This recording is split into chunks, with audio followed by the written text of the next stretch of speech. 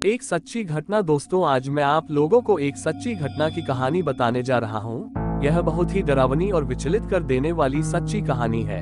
इस घटना से पहले मैं भी यह सोचता था कि भूत, प्रेत, आत्माएं चुड़ैल कहानी में ही होते हैं, लेकिन फिर मैंने इसके बारे में रिसर्च किया, तब पता चला कि वाकई में भूत, प्रेत, आत्मा, चुड़ैल होते हैं। यह घटना तब की है जब मैं दिल्ली में जॉब करता था।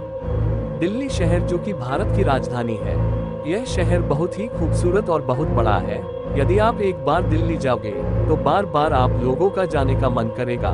दिल्ली में घूमने के लिए कई खूबसूरत जगह भी हैं। दोस्तों, कहा जाता है कि दिल्ली दिल वालों की है।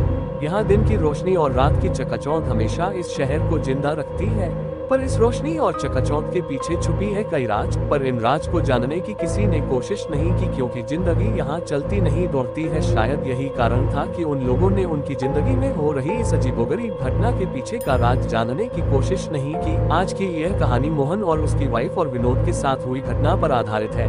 वो तीनों एक साथ एक 2 BHK फ्लैट में रहते थे, जहाँ शिफ्ट हुए सिर्फ 3 महीने ही हुए थे। तीनों एक साथ एक ही प्रोडक्शन हाउस में काम करते थे, जो कि मोहन और विनोद का अपना खुद का बिजनेस था। जिंदगी का हर लम्हा साथ बिताते थे, चाहे वह काम हो या घूमना। ये सभी अपनी लाइफ से बहुत खुश थे।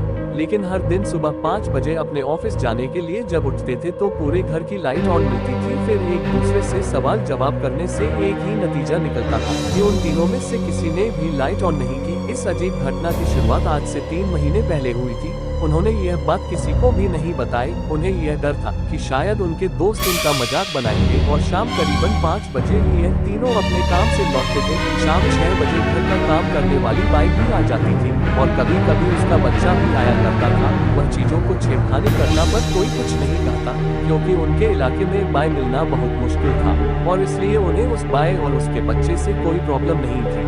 लेकिन एक दिन अचानक अभी हो गई। जब मोहन और उसकी वाइफ देर रात बाहर से घर आए तो देखा बाई का बच्चा उनके बेडरूम में खेल रहा था। तो उन्होंने सोचा वह पड़ोस में काम करने गई होगी, बच्चे को यहाँ छोड़। पर मोहन की वाइफ को इस बात पर बहुत गुस्सा आ रहा था, क्योंकि अपने बच्चे को घर पर लाना तो ठीक था, मगर उसे यहाँ खेलता हुआ छोड़कर किसी दूसरे के घर काम करना, यह उन्हें बिल्कुल पसंद नहीं आया। दोनों ने 1 घंटा इंतजार किया। फिर वह पड़ोस में गए बाई का पता लगाने, और पड़ोस में वर्मा जी की बात सुनकर वह शॉक हो गए, क्योंकि वह आज नहीं आई थी। फिर दोनों घर गए तो उन्होंने देखा बच्चा पूरे घर में नहीं था। बच्चा आखिर गया तो गया कहाँ? फिर उन्होंने ज्यादा नहीं सोचा, क्योंकि उन्हें एक पार्टी में जाना था। फिर रात को विनोद लेट नाइट शूट करके आया और उसने देखा पूरे घर की लाइट और बाथरूम की लाइट ऑन पड़ी थी।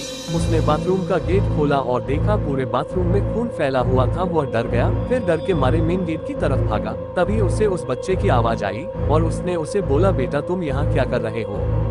बच्चा कुछ नहीं बोला और धीरे से मुंह ऊपर उठाकर मुस्कुराया, लेकिन उसकी मुस्कान में अजीब सी बात थी, जैसे उसने कई राज छुपा रखे हो। वह डर के मारे बाहर निकल गया और मोहन और उसकी वाइफ को भी बुला लिया। फिर वह तीनों एक साथ डरे डरे अंदर आए।